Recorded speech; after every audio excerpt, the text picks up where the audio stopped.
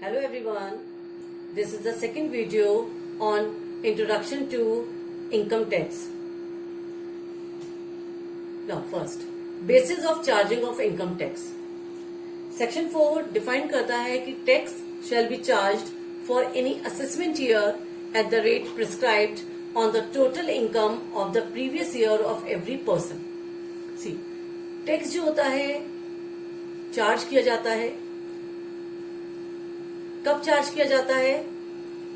Assessment year में, और एक प्रिस्क्राइब रेट से चार्ज किया जाता है। और किस पे चार्ज किया जाता है? किसी भी पर्सन की टोटल इनकम पे। और कौन सी टोटल इनकम? प्रीवियस ईयर की। ये जो मेरे हाईलाइट किए हुए हैं इन टर्म्स को हम एक एक करके डिटेल में स्टडी करेंगे। Assessment year, total income, previous year and person. Next हम ले रहे हैं इसमें इंपॉर्टेंट डेफिनेशन जो अभी हमने डेफिनेशन पढ़ी थी, उसमें कई वर्ड्स आए थे, उन्हीं को हम अब डिफाइन करेंगे। Important definitions under section 2 and 3 of the income tax act 1961, definitions of important terms used in the act have been given. देखिए, पर्सन की जो डेफिनेशन दे रखी है वो अंडर सेक्शन 231 में गिवन है, असेसी की सेक्शन 27 में, previous year, assessment year, income and total income. सबसे पहले आता है person. Now what do you mean by person? Income tax act 1961 में पर्सन को कैसे डिफाइन किया गया है? अकॉर्डिंग टू सेक्शन 231, किस सेक्शन में डिफाइन किया गया है इनकम टैक्स में? सेक्शन 231 में। इनकम टैक्स एक्ट के according person includes an individual, a Hindu undivided family, a company, a firm, an association of person or a body of individuals, a local authority and every artificial judicial person. तो person क्या है income tax के according? कि person में केवल एक अकेला व्यक्ति शामिल नहीं होता, एक हिंदू अनडिवाइडेड फैमिली भी पर्सन की तरह ट्रीट किया जाता है। इंडिविजुअल का मीनिंग क्या हुआ? अ नेचुरल पर्सन और अ ह्यूमन बीइंग। वो मेल भी हो सकता है, फीमेल, माइनर भी, चाइल्ड भी। Who may be male, female, minor child और अ लुनेटिक मीन्स जो मेंटली इल होता है, उसको भी हम पर्सन की तरह ट्रीट करते हैं। Hindu undivided family means a Hindu family which consist of all the persons lineally descended from a common ancestor, including their wives and unmarried daughters. Hindu undivided family का मतलब क्या हुआ? कि हिंदू फैमिली जिसमें सभी पर्सन्स मौजूद हैं जो एक दूसरे से मतलब एक तरह से जिनमें ब्लड रिलेशन है।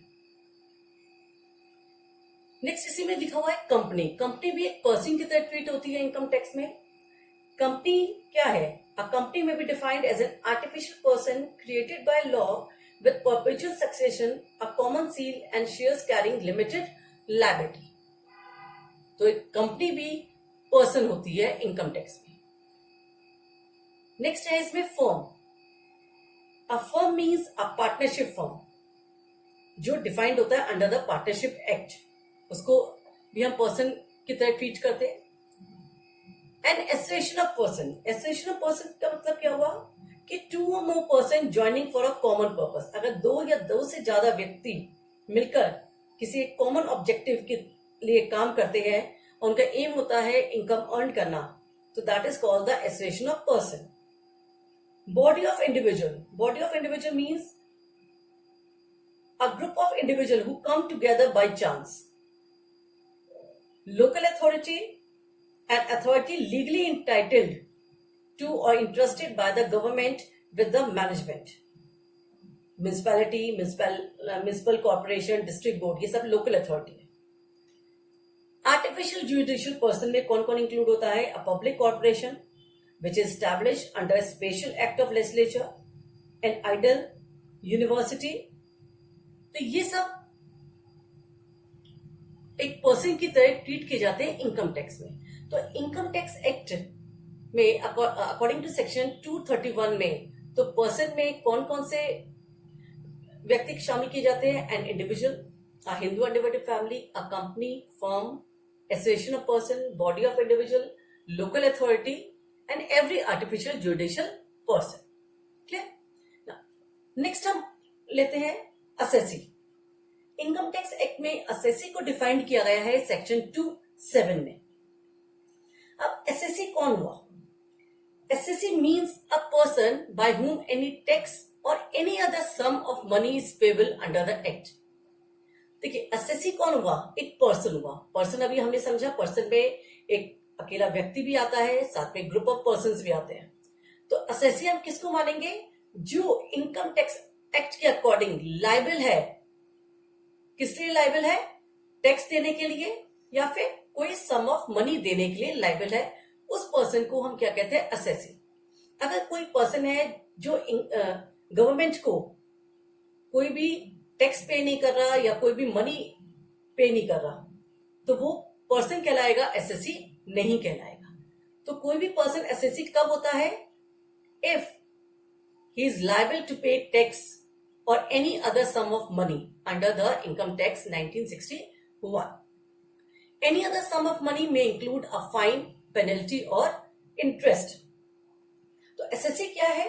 Who is liable to pay any tax और who is liable to pay any other sum of money under this act in the form of interest, penalty. An assessee means a person who is deemed to be an assessee. कई बार क्या होता है कि हम कई बार जो person होता है उसको हम मान लेते हैं कि वो assessee है. तो इसमें एक टर्म आता है डीम्ड assessee. डीम्ड assessee का मीनिंग क्या हुआ? A person who is deemed to be an assessee for some other person is called deemed assessee. क्या कोई व्यक्ति टैक्स पे कर रहा है या कोई भी मनी पे कर रहा है गवर्नमेंट को on behalf of the other person, मतलब पे किसी और को करना था लेकिन एक्चुअल में पे दूसरा पर्सन कर रहा है, तो ऐसे पर्सन को हम कहते हैं deemed assessee. For example legal higher. After the death of a person, अगर किसी पर्सन की डेथ हो जाती है तो उसका जो लीगल रिप्रेजेंटेटिव होता है वो उस कंडीशन में क्या बन जाता है? लायबल हो जाता है टैक्स पे करने के लिए. तो ऐसे कंडीशन में उसको हम कहते हैं डीम्ड assessee. या पर्सन अगर किसी फॉरेनर को या माइनर चाइल्ड को या लुनाटिक को रिप्रेजेंट कर रहा है, इट मींस उसके बिहाफ पर टैक्स पे कर रहा है, तो ऐसे कंडीशन में जो रिप्रेजेंटेटिव होते हैं वो डीम्ड assessee कहलाते हैं. क्लियर? नेक्स्ट आता है इसी में assessee in default. assessee in default का मीनिंग क्या हुआ? When a person is responsible for doing any work under the act and he fails to do it. अगर कोई पर्सन एक्ट के अकॉर्डिंग उसकी कोई रिस्पॉन्सिबिलिटी थी किसी काम को करने के लिए, लेकिन वो उस काम को नहीं कर पाता, तो ऐसी कंडीशन में वो पर्सन क्या बन जाता है? असेसी. और उसको हम कहते हैं असेसी इन डिफॉल्ट. अब इसको हम एग्जांपल से समझते हैं. If a person who is entitled to deduct tax at source as per provision of this act does not deduct it or does not deposit the deducted tax to the government treasury, he will be deemed to be an assessee.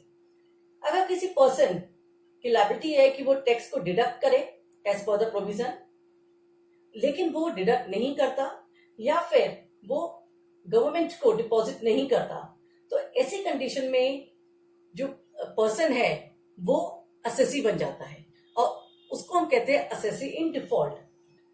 ठीक है? तो assessee in default क्या हुआ कि if when a person is responsible for doing any work under the act and he fails to do it, he is called an assessee in default. ठीक है? जो आपकी रिमेनिंग डेफिनेशंस है वो हम नेक्स्ट वीडियो में डिस्कस करेंगे. Okay, thank you.